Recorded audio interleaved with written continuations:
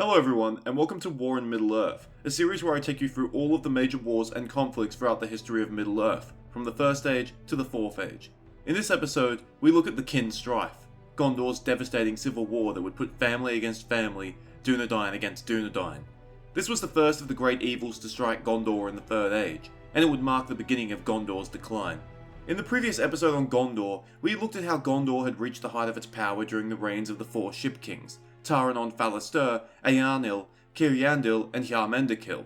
The following kings, Atanatar II Alcarin, and the brothers Narmakil and Kalmakil, had done nothing to increase Gondor's power, but Gondor was still the dominant power in Middle-earth.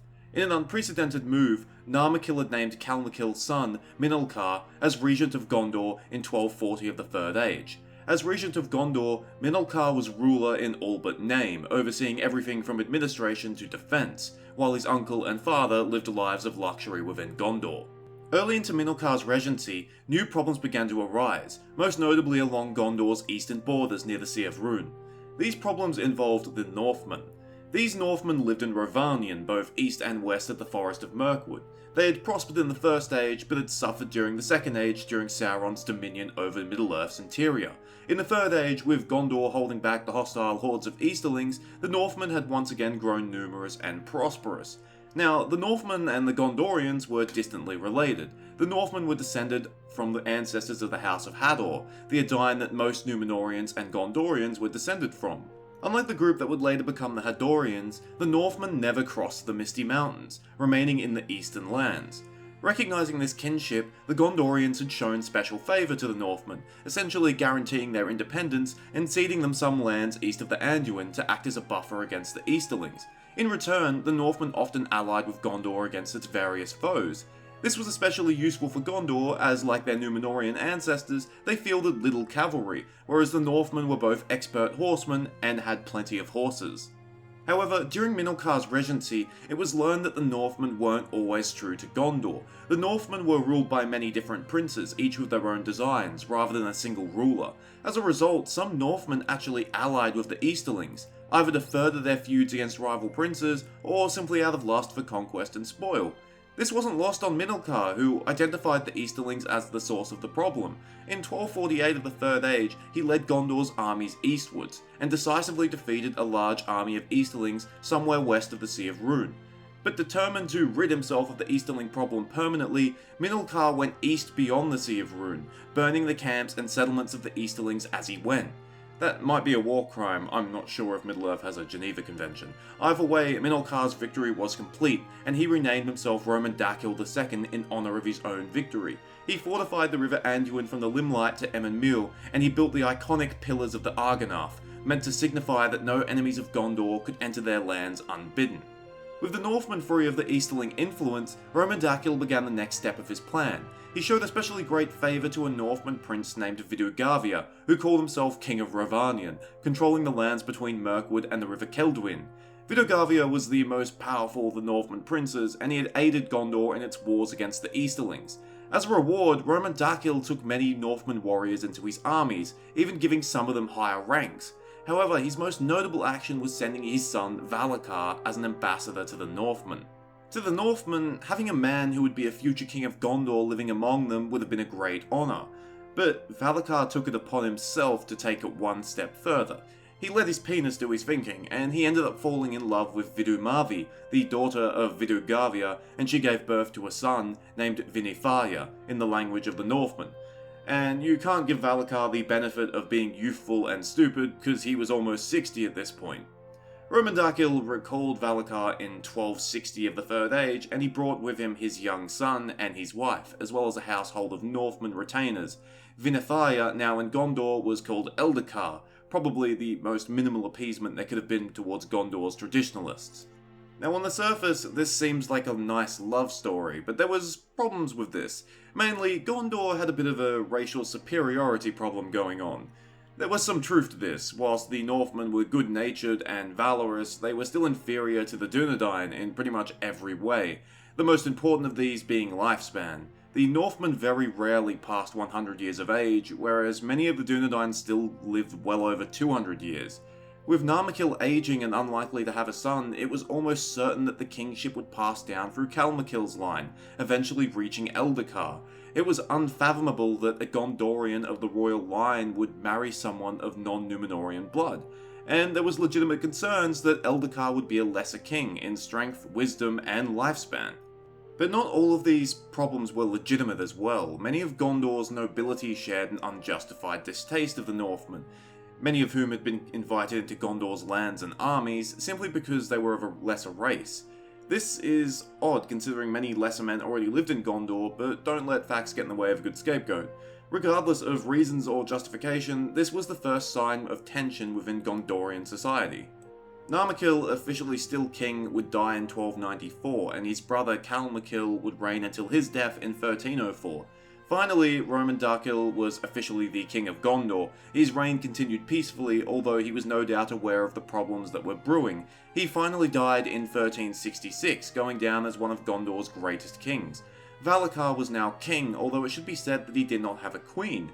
Vidumarvi had lived long for one of the Northmen, over 100 years, but still little compared to the Dunedain, and she had died in 1344, even before Roman-Darkil.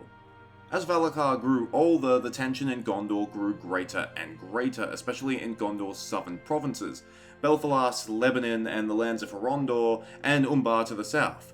As Valacar neared death, it became apparent that Gondor was about to enter a period of great turmoil, and this finally happened in 1432. Eldacar assumed the throne, and it became apparent that the fears of the traditionalists had not come to pass. Adding to the strengths of the Dunedain, Eldacar had inherited the fearless spirit of the Northmen.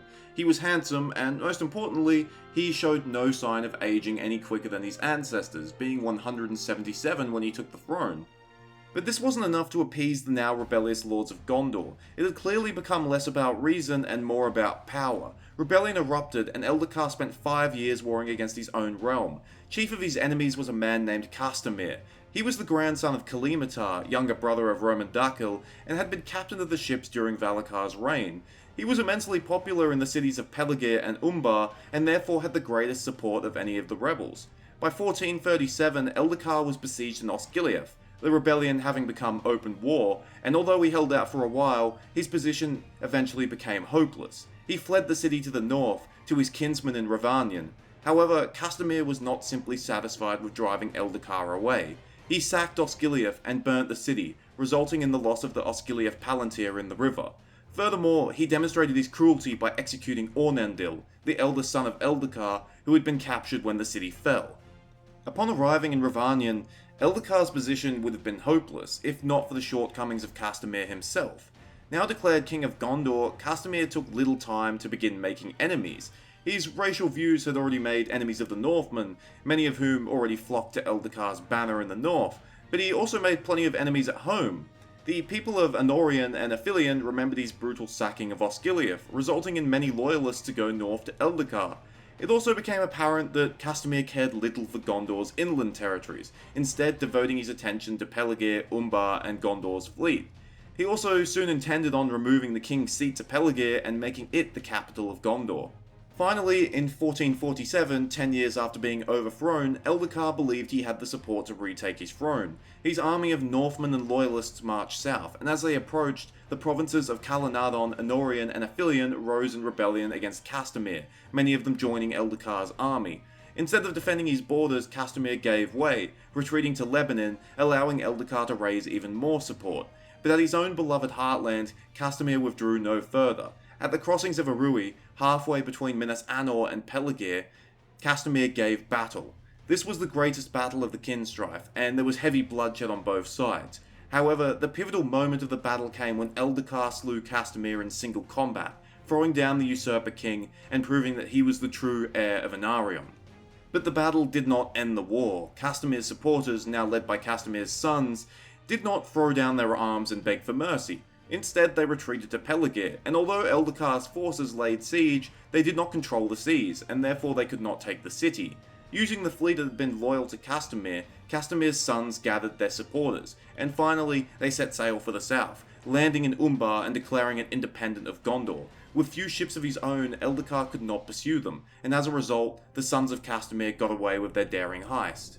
Although Eldakar's rightful rule was restored, and although the remainder of his reign would be peaceful enough, the Kinstrife had done plenty of damage to Gondor. Its fleet had largely defected, and now there was a rival realm on their southern borders, governed from the great city of Umbar. This meant that Gondor's naval supremacy had come to an end, and their own trading lanes and coastlines were free to be raided by enemies from the south.